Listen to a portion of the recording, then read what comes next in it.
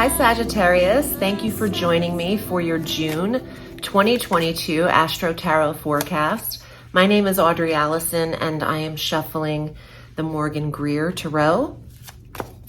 Sagittarius, we have Mercury finally going direct on June 3rd, and that is a relief because communications have been awry and technologies have been a little funky. So Mercury goes direct on June 3rd at 26 degrees of Taurus in your health sector. So this is wonderful for replenishing low energy, a lack of will or a drive to take care of the body and the nutrition, all things sixth house, the regimens and maintenance of life and tasks and errands. Now things are moving forward. And with Mercury direct in your sixth house, this is the month to schedule your annual appointments for health and checkups, both Western and Eastern, and to handle the tasks associated with pets, the sixth house sector of animals, and wellness, maintenance. So all things dental and physical as well could be handled in June and just get them done while the cosmos is conspiring to help you in that area. This is your month for a full moon on June 14th, full moon at 23 degrees of Sagittarius, bringing closure for you in something regarding the health sector, or the physical sector, I should say. There's an awareness of the physical body for Sagittarius, and this might be somewhat of a catalyst to tend to some things that you want and that need to be maintenanced is the best word I can say. Your routines are getting more structure to them in June. And around mid-month, with a full moon in the first house, that is a very reflective and intuitive time for Sagittarians.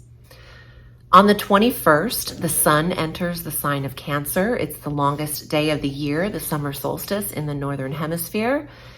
But for Sagittarians, the sun is entering your eighth sector of sex, intimacy, and shared resources, and transformation, rebirth, changes. Our new moon is also here on June 28th at 7 degrees of Cancer in the 8th sector. There could be new intimacy available for Sagittarians. There's also a massive libido here. Let's talk about Jupiter entering Aries, conjunct Mars, all in the 5th house of children and creation and creativity. Sagittarians could be easily having kids this year and expanding their families and love lives. Jupiter is the expansion of the sector of children and creating more children and developing your relationships with them. And Mars is the planet of energy and libido and action. Mars is the masculine seed. I'm thinking some Sagittarians are expanding their families this year and their love life. They're energized, and it's a fun, full year for Sagittarius and Sagittarius rising. And Venus transits into Gemini on June 22nd through July 16. And this is your relationship sector. So you're lit when it comes to attracting partnership, both serious and lighthearted. The 5th house is the lighthearted energy, and the 7th house is the commitment energy. But the 8th house you've got too, which is your private world, a connected, deep intimacy with someone. Let's see what is in your tarot for the month. And Sag, if you want a private reading with me, this is what I do all through the week. So you can find an appointment. I think I have a few left in June. And schedule your time. Let's see what comes up. Judgment. You know, judgment has a lot to do with spirituality and the people in your life who have already passed, looking down on you, the supportive angelic energy. Let's see what else is here. It's also a major arcana card. Oh, wow. The Tower. Well, this is some harsh energy, but I feel like these eclipses that we've had, our most recent one, May 16th, was a trigger for Sagittarius. And you either knew what you wanted in life and relationship, or you just didn't want to handle any of it. I think Sagittarians came to a make or break point in May. And the Eight of Coins, moving forward as the master of your occupation and no longer really needing to be the apprentice. You're elevating in your world.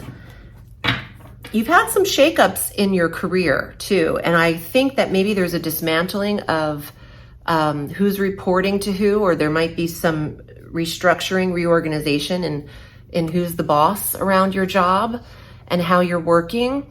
Keep your head down and keep working. If you start making qualms about the position or noticing that people are leaving and telling stories about it, it works against you. The message is to just keep plugging away neutrally. Now, if we were friends, I don't think I'd ever give you that advice. I'm like a fight or flight type of person, do or die. But this suggests just some neutrality to the process. Don't make waves until it's absolutely necessary. And the Six of Cups is the card of nostalgia. And the retrograde could have brought in a past communication of love or intimacy. Sagittarius could also be reminded of a connection at that time. And your dream life with the Judgment card and Tower, you could have had some really poignant, lucid dreams over the course of June. And they're worth noting and writing down and getting them out so you can refer back to them. And your last card is the Fool. The Fool, he likes to have fun. He's taking a risk. And that little dog is nipping at his heels and they're about to jump off a cliff. No biggie. It's not literal. It's a metaphor for taking a risk without knowing there's any bedding or flooring underneath you. Pack light. What do you have to lose? You can start over at any time. The Fool is the first card, the 0 in the tarot, and that's a reset. So Sagittarians can reset around their full moon. That is the perfect time for closing a door and opening another. I hope this was helpful. I'm wishing you a beautiful June. Remember, the sky is limitless, so reach for the stars.